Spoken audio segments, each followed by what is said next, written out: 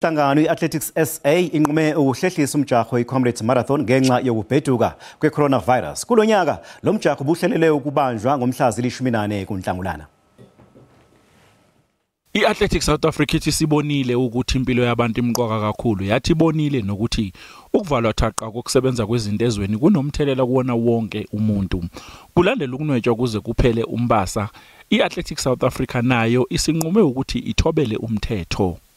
We will meet after the 30th, after we have heard what the president is saying, to review and also find out whether we can be able to find a suitable date if events are allowed to take place in South Africa. Eqaleni kaMfumfu kuvamise ukusingathwa umjaho i-ultra marathon njengoba sisuke sisihle isimo sezulu ngaleso sikhathi sonyaka. The reason is simple, that the conditions would not be conducive for many of the runners who are locked.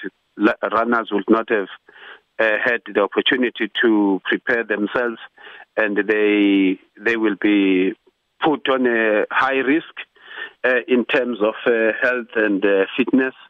iAthletics South Africa, iKZN Athletics kanye neComrades Marathon Association bazonquma ngosuku olufanele okuzobanjwa ngalo umjaho iUltimate Human Race uma ngabe isimo sesivuma.